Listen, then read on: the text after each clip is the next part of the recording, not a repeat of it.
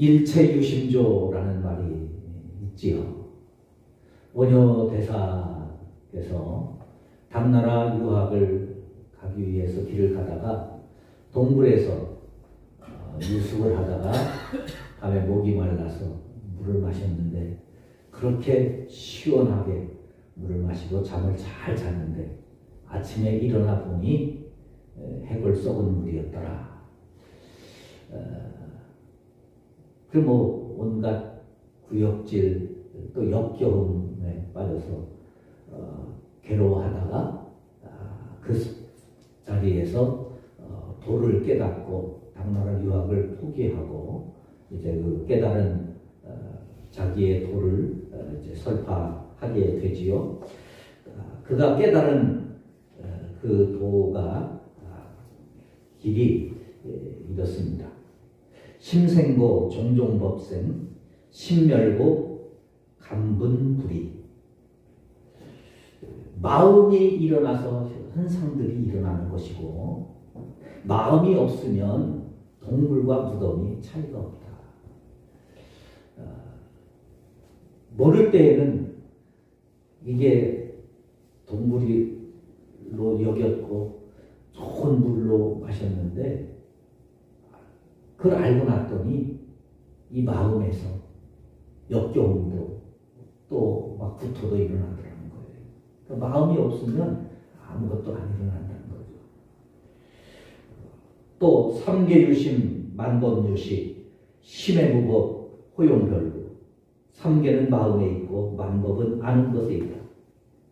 마음 밖에 아무것도 없는데 뭘 따로 구하겠는가. 그래서 이제 유학을 포기하고 돌아와서 전하게 됩니다. 이 말을 통해서 이제 일체유심조, 이제 화엄경에 나오는 말로 요약을 해서 전하게 되었다 하는 것입니다. 모든 건 마음에 달려 있다는 거예요. 내가 행복하다라고 생각하면 행복하고, 내가 불행하다 생각되면 불행하게 되어진다는 거죠. 우리의 환경이 중요한 게 아니라는 거예요. 내 생각, 내 마음이 중요하다는 거죠. 좋은 생각을 하면 좋은 일이 생기고 나쁜 일을 생각하면 나쁜 일이 이루어지게 된다는 것이죠. 마음이 그만큼 중요하다는 겁니다. 이게 도를 깨달은 불교에 해당하는 말이겠습니까? 모든 사람들이 다 우리의 삶에 다 가득한 것이죠. 오늘 우리가 지금 하나님 앞에 예배를 드리고 있는데 그렇다면 여러분들의 마음에는 지금 무엇이 있습니까? 어떤 마음으로 예배를 드리고 있습니까? 여기에 예배자로 나와 있지만 하나님 앞에 나와서 예배를 드리면서 하나님 앞에 찬송도 부르고 기도도 드리고 그리고 천사와 같은 모습을 하고 있다 할지라도 우리의 마음에 서운한 감정이 있고 분한 감정이 있고 미운 감정이 있고 아픈 감정이 있으면 이 예배가 안 되는 거예요. 분노를 부르는 그 순간이 되어진다는 것이죠. 그러나 이 시간 하나님 앞에 나왔을 때 우리의 마음이 하나님을 향한 예배자의 마음으로, 기도하는 마음으로, 구도자의 마음으로, 사모하는 마음으로 나와 예배를 드린다면 이 예배는 하나님께서 기뻐 받으시는 천상의 예배가 될 줄로 믿습니다. 그래서 우리의 마음이 그만큼 중요하다는 거죠. 오늘 본문의 말씀은 다소 좀 충격적인 그런 모습을 담고 있습니다. 오순절 성령 강림 사건 이후에 우리가 잘 아는 것처럼 초대교회에 놀라운 변화가 일어납니다. 모든 유대인들이 유대교로 섬기는 그 가운데 12명, 예수님의 제자 12명, 그리고 그를 따랐던 인원, 최대 인원 120명이 모여서 기도함으로 마가의 다락방에 오순절 성령 강림의 역사가 일어남으로 말미암아 그 배타적인 유대인들에게, 유대교에 쪄들어 있던 그들에게 하나님의 복음, 예수 그리스도의 복음이 전해지게 되지요.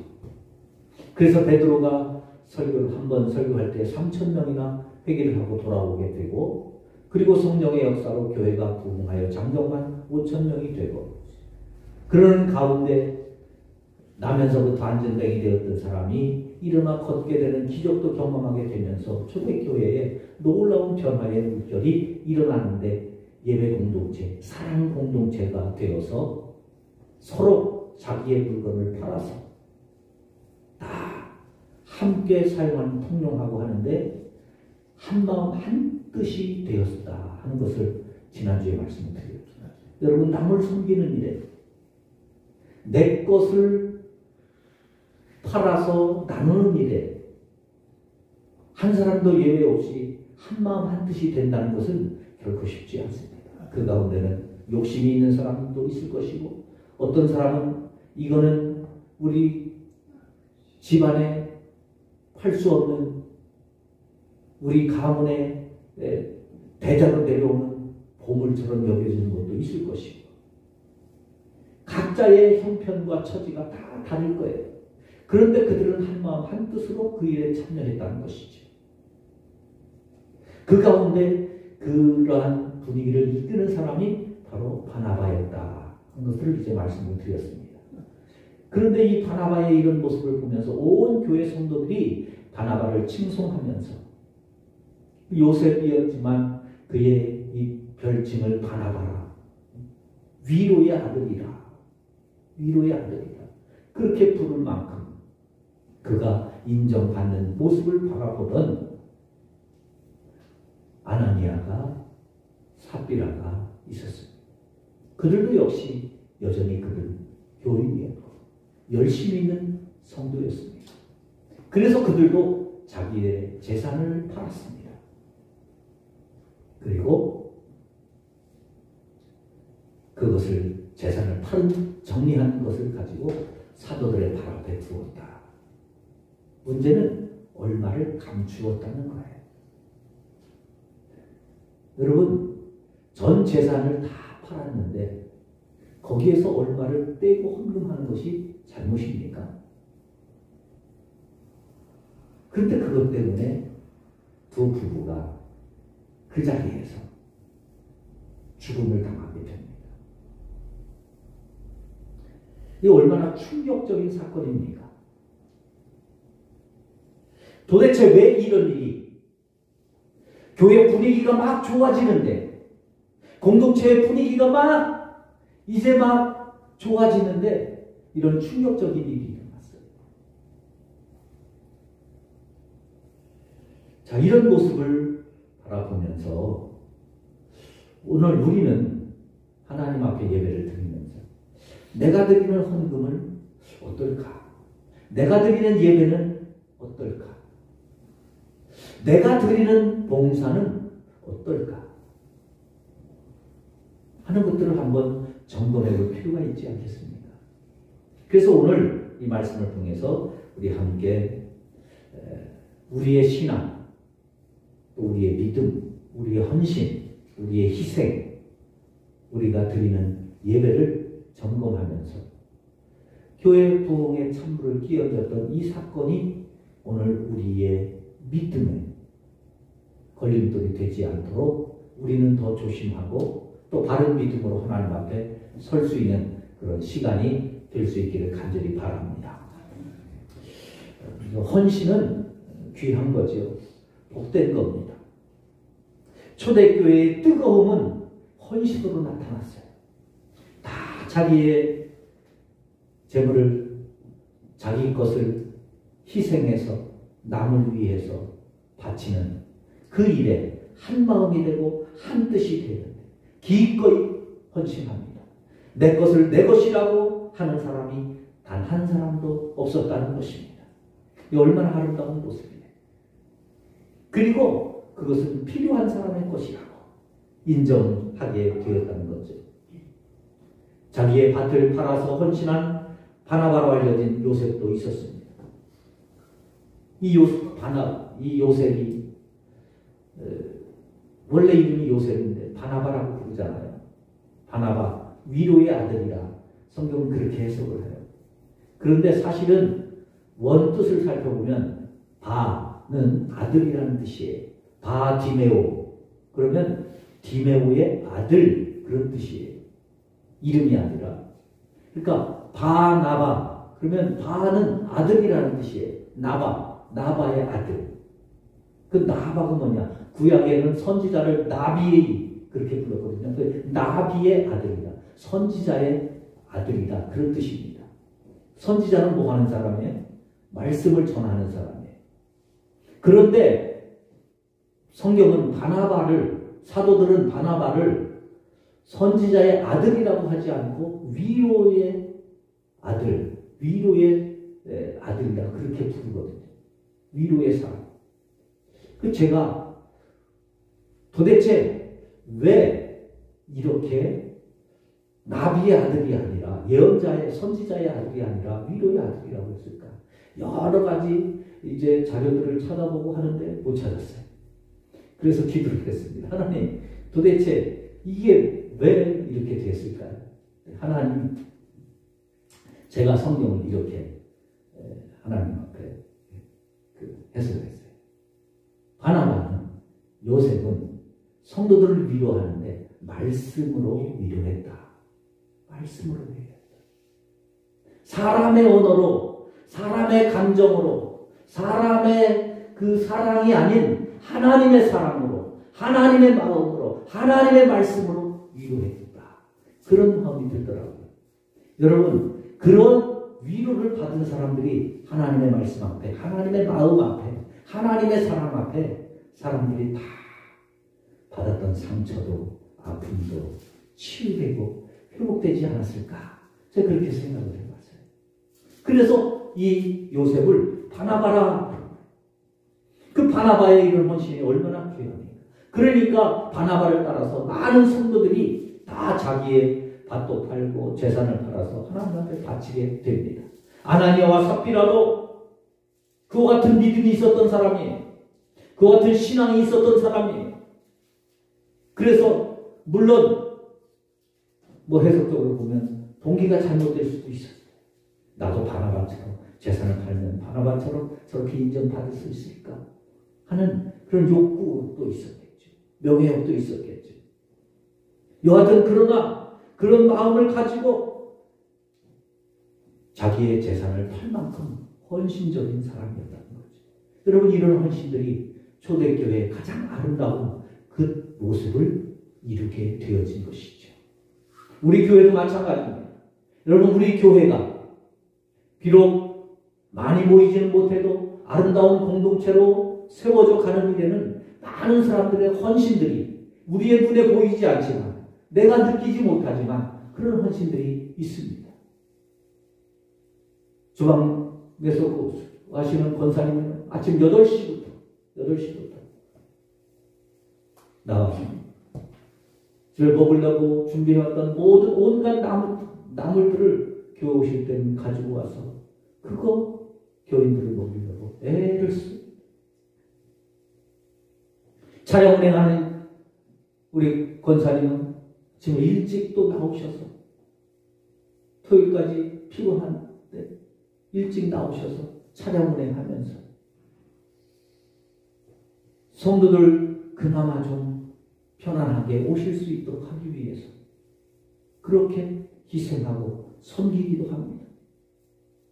어떤 집사님은, 권사님은 교회 청소를 위해서 토요일마다 나와서 예배의 환경을 위해서 준비하고 애를 쓰고 섬깁니다. 어떤 분은 건축 헌금한다고 알바를 하는 분도 있다는 이야기를 듣습니다. 어떤 집사님은 토요일 일을 해야 되는데 그러면 피곤해서 주일날 예배 드리는데 방해가 있을까봐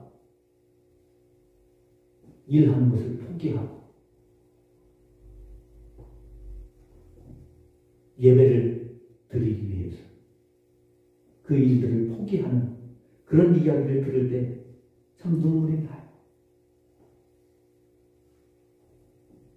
이런 섬김을 통해서 우리 교회가 아름다운 믿음의 공동체로 세워져 가는 것이지.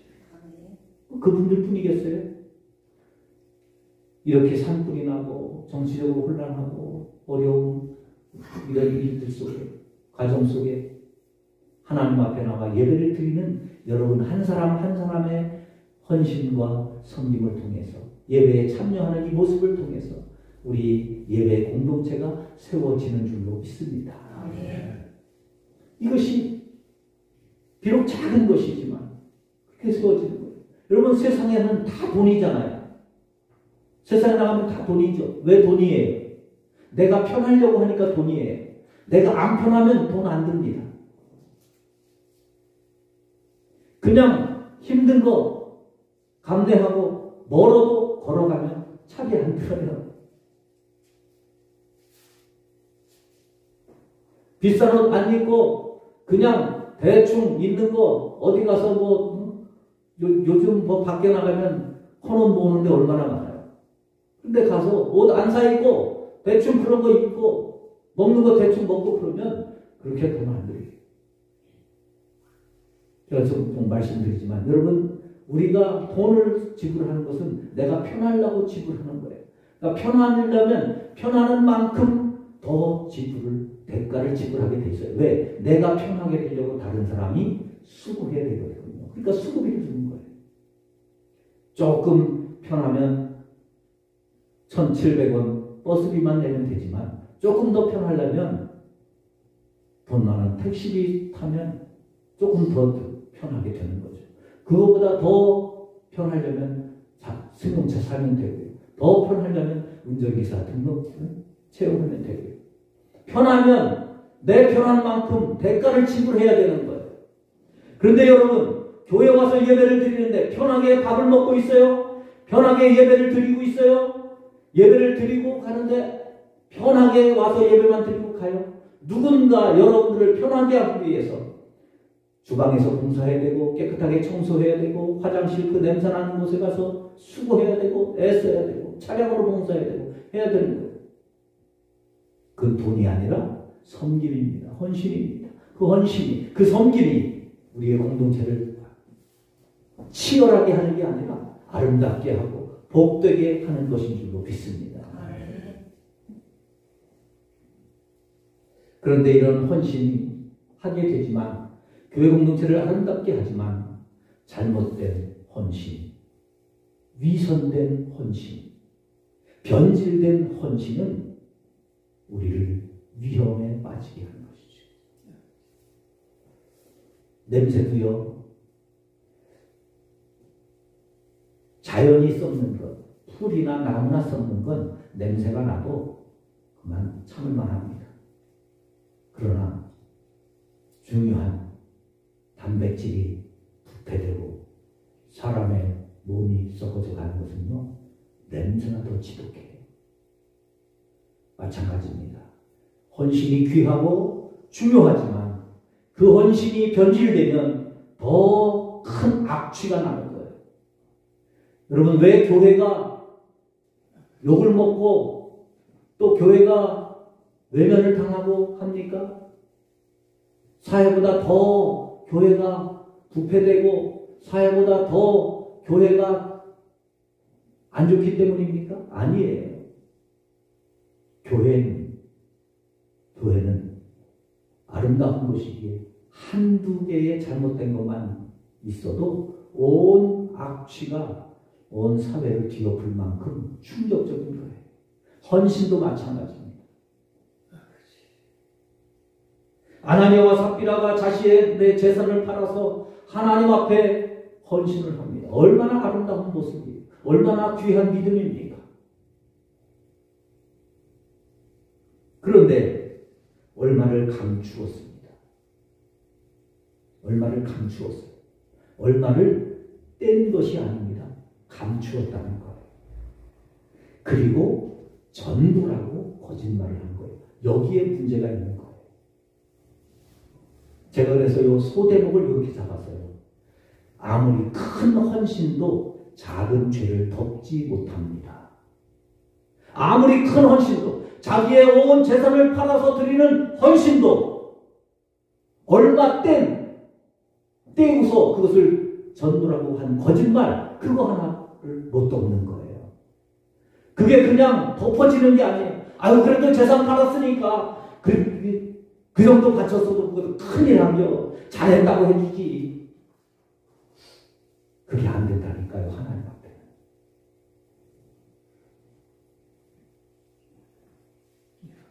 베드로가 이렇게 말합니다.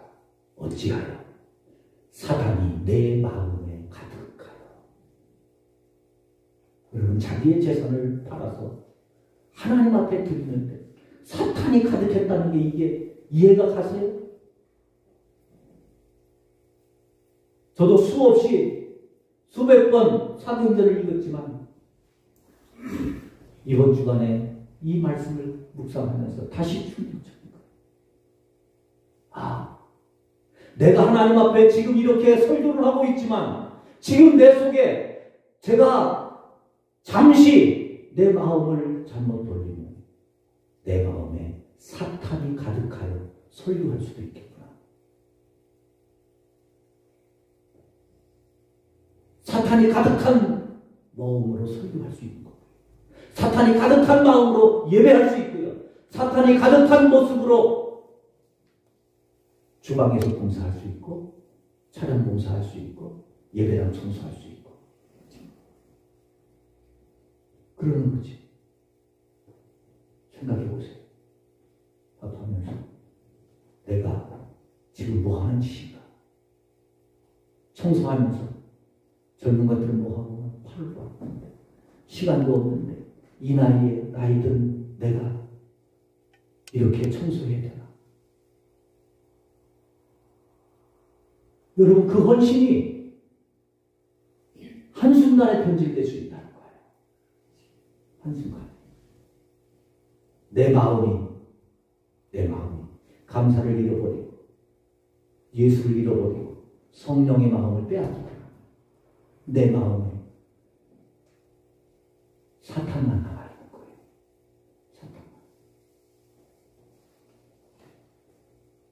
그런데 이것이 아나니아와 삽비라만의 문제냐? 그렇지 않다는 거예요. 오늘 우리의 모두의 마음이라는 거죠. 신앙생활의 가장 큰 적은 그래서 위선입니다. 위선. 드리는데 그것이 전부이냐? 내가 한 것이 대단한 것이냐? 모든 것이냐? 이게 가장 위험한 것. 예수님 당시에도 예수님께서 가장 적대시하고 예수님을 가장 힘들게 했고 예수님이 또 가장 책망을 많이 한 사람들이 누굽니까? 믿지 않는 자들이에요? 불신자들입니까? 우병우의 기적을 체험하고 돌아오지 않는 사람들입니까? 아니면 죽은 사람을 살렸는데 나인성 과부의 아들이 어디 가서 뭘 하고 있는지, 죽은 나사로를 살렸는데 나사로가 살아나서 무엇을 했는지, 그들이 그 이후에 충성하지 못하고 봉사하지 못한 그것에 대해서 책망하시나요? 아니에요. 예수님이 가장 크게 책망하고 가장 크게 경계하고 가장 크게 책망한 것은 바리새인들입니다. 서기관들입니다. 왜요? 그들은 위선자라는 거예요. 위선자라는 거예요. 위선자. 위선자 목사, 위선자 장로, 위선자 권사, 위선자의 집사가 바리새인들 뿐이겠어요? 아나니아 뿐이겠어요? 삽비라 뿐이겠어요? 오늘 저는 아닐까요? 오늘 여러분들은 예외자일까요? 오늘 우리가 깨어있지 않으면, 오늘 우리가 바른 생각에 서지 못하면, 오늘 우리가 하나님 앞에 내 마음을 바르게 믿지 못하면, 아니 내 마음의 사랑을 잃어버리면, 내 마음의 믿음을 잃어버리면, 내 마음의 하나님을 잃어버리면 우리도 겉으로는 아름다워 보여도 내 속에는 사탄이 가득한 그 모습이 있을 수 있다는 것이죠. 오늘 이 시간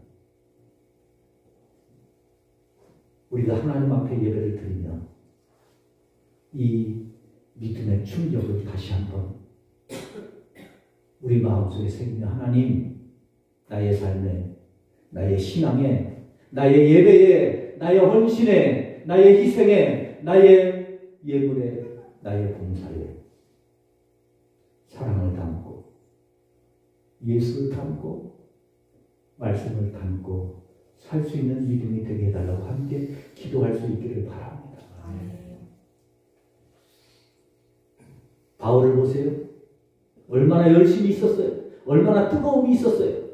그런데 예수님을 잃어버린 바울의 열정과 헌신은 사람을 죽이는 모습이었어요. 그가 예수를 만나고 난 이후에 그의 열심은 사람을 살리는 일에 자기의 온 재산과 자기의 온 삶을 다 드렸습니다. 모세도 자기 민족을 위한 열정이 있었고 뜨거움이 있었습니다. 우리 민족을 위해서 내가 무엇인가 해보겠다는 열정도 있었습니다. 그런데 그의 마음 속에 하나님이 없었을 때 그는 사람을 쳐 죽였어요. 내 민족을 위한다는 명목을 말합니다. 하나님의 일을 한다는 명목을 말합니다. 여러분, 내 속에 하나님을 잃어버리면 나도 하나님을 위한다는 명목으로, 교회를 위한다는 명목으로, 공동체를 살린다는 명목으로 다른 사람들을 상처 주고 다른 사람을 힘들게 하고 다른 사람들을 어렵게 하는 일에 내가 그 자리에 서 있을 수도 있다는 것이죠.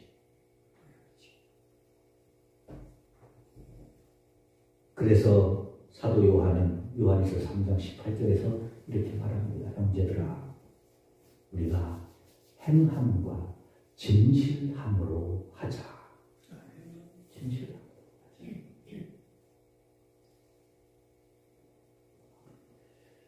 아나니아와 삽비라는 하나님을 잘못 이해했어요. 잘못 알았어요.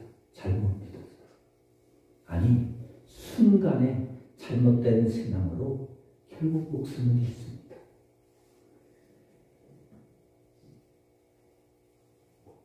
헌신의 마음으로 출발했지만 마음이 변질되는 것으로 결국 위선을 덮으려다가 죽음을 당하게 됩니다. 아무리 큰 순종이고 아무리 큰 헌신이라도 작은 죄를 감당할 수 없다는 것이죠. 효도는 흉내만 내도 귀한 것이라고 합니다. 그러나 여러분, 신앙은 흉내로 되지 않습니다. 신앙은 진실함입니다. 정직함입니다. 순결함입니다.